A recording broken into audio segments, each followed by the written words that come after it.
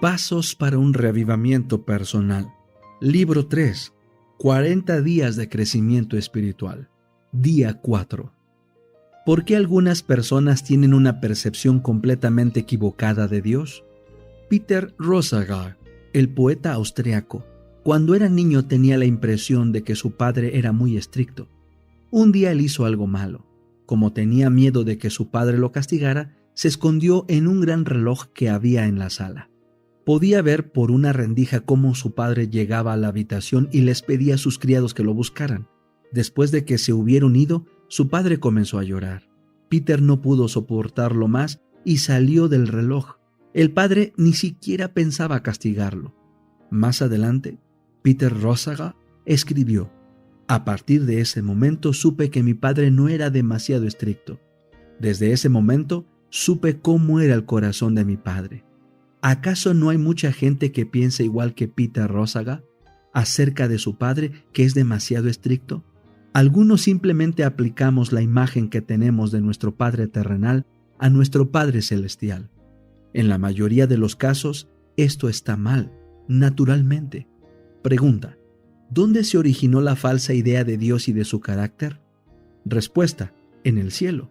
Lucifer fue el primero en evaluar falsamente el carácter de Dios y presentarlo a otros de forma incorrecta.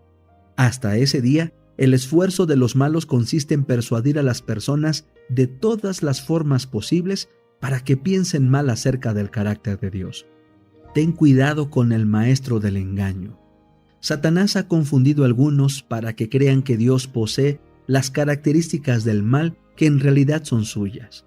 Al esparcir la falsa enseñanza de la agonía eterna en el infierno, se las ha arreglado para llevar a algunos cristianos a ver a Dios como un tirano vengativo. Como resultado, ha tenido éxito en convencer a muchas personas en la iglesia a no querer escuchar más y preferir ocuparse en filosofías como el ateísmo para explicar a Dios. Para las personas despreocupadas que quieren creer en el amor de Dios, sin un estudio personal de la Biblia, Satanás usa otra táctica. Dios es tan amoroso que podemos hacer lo que queramos. Al final, Él salvará a todos. Salomón sabía con certeza que Dios al final traería a todos a juicio. Eclesiastés 11:9. Satanás intenta persuadir a los temerosos que la vida cristiana es difícil, dura y sin gozo. Juan dijo exactamente lo contrario en 1 de Juan 5:3. Él tiene un argumento aparentemente lógico para los ricos. Tendrían que ceder mucho más de lo que alguna vez ganarían si siguieran a Jesús. Pero sabemos que Pablo tuvo una experiencia completamente diferente. Filipenses 3:4. Satanás anima a los superficiales a pensar que Dios es demasiado peculiar y quisquilloso. Sí, Dios debería ser muy generoso con ellos, pero para aquellos que les han hecho daño, Él debería retribuir meticulosamente su maldad. Y Satanás ha llevado a otros a pensar que la teoría de la evolución parece ser plausible. Han influenciado a otras personas a creer que Dios es un hombre débil y viejo, que no debe ser tomado en serio. Satanás vez tras vez elabora algo nuevo para hacer surgir una concepción falsa de Dios en la mente de las personas, o para eliminar a Dios de sus pensamientos. Él sabe exactamente que quien quiera que no conozca o aprecie el verdadero carácter de Dios, difícilmente querrá tener algo que ver con Él. Y ese es el escenario exacto donde quiere tenerlos. Roger Morneau escribió: «A los demonios les encanta jugar con las mentes de los humanos. Me dijo un sacerdote espiritista en mi época de adorador espiritista. Ellos proyectan pensamientos e imágenes en las mentes de las personas con una habilidad tan delicada que los receptores creen que es su propio razonamiento.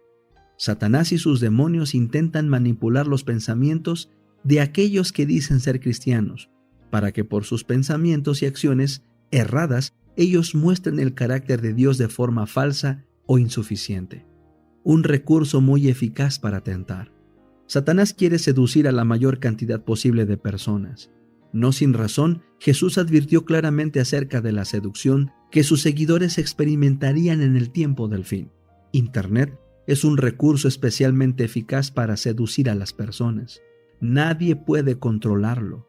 De esta forma, el enemigo puede influenciar fuertemente los pensamientos y las acciones, especialmente de los jóvenes. Por ejemplo, Un adolescente puede ver en Internet cualquier cosa que le interese en cualquier momento. Los padres básicamente no tienen control sobre eso. ¿Qué es lo que le interesa a la mayoría de los adolescentes cuando están entre ellos? La industria del cine lo sabe desde hace tiempo: el sexo y la violencia. Lamentablemente, no solo los adolescentes son susceptibles a estos temas, sino que muchos adultos también.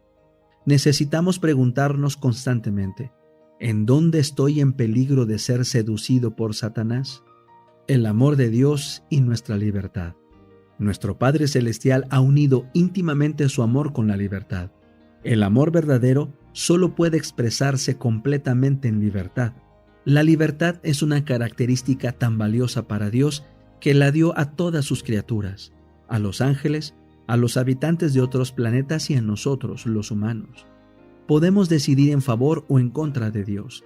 Sin embargo, eso también incluye aceptar las consecuencias de nuestras decisiones.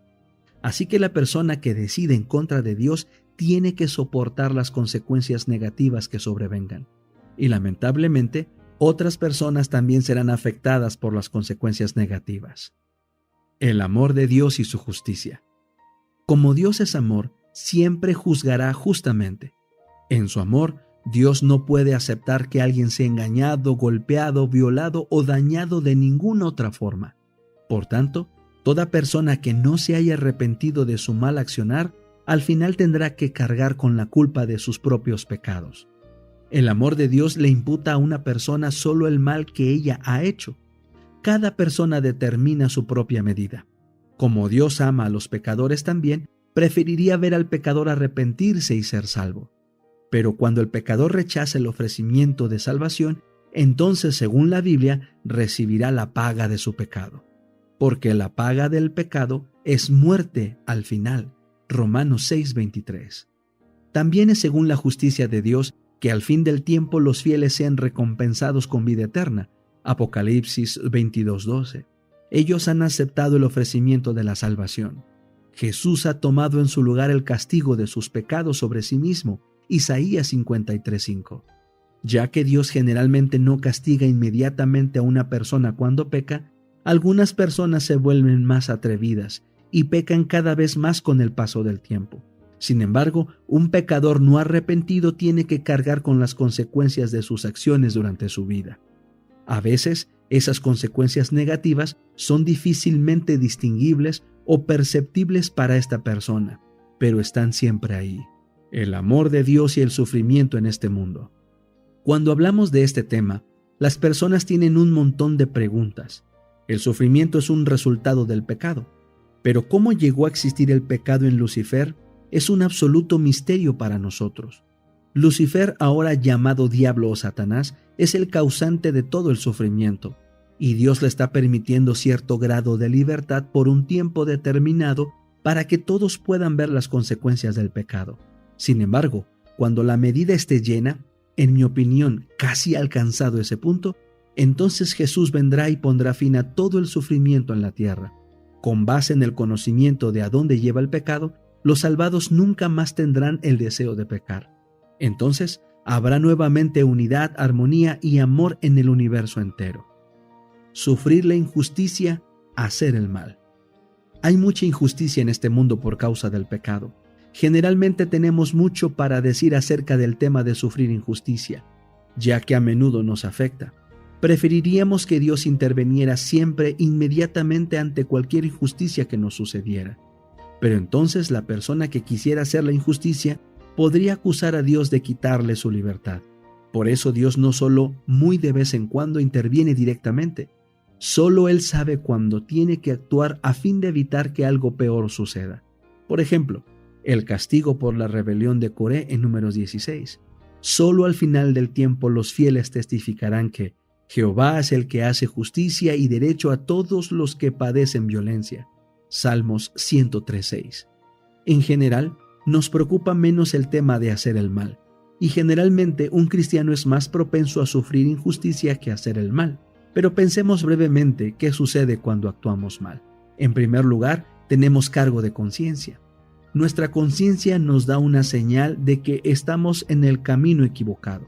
Esta señal debería llevarnos al arrepentimiento. Pero cuando no confesamos y abandonamos el pecado, esto tiene un efecto negativo en nuestro carácter. Además, la paz de Dios deja nuestros corazones y a menudo los pecados de los padres son pasados a sus hijos.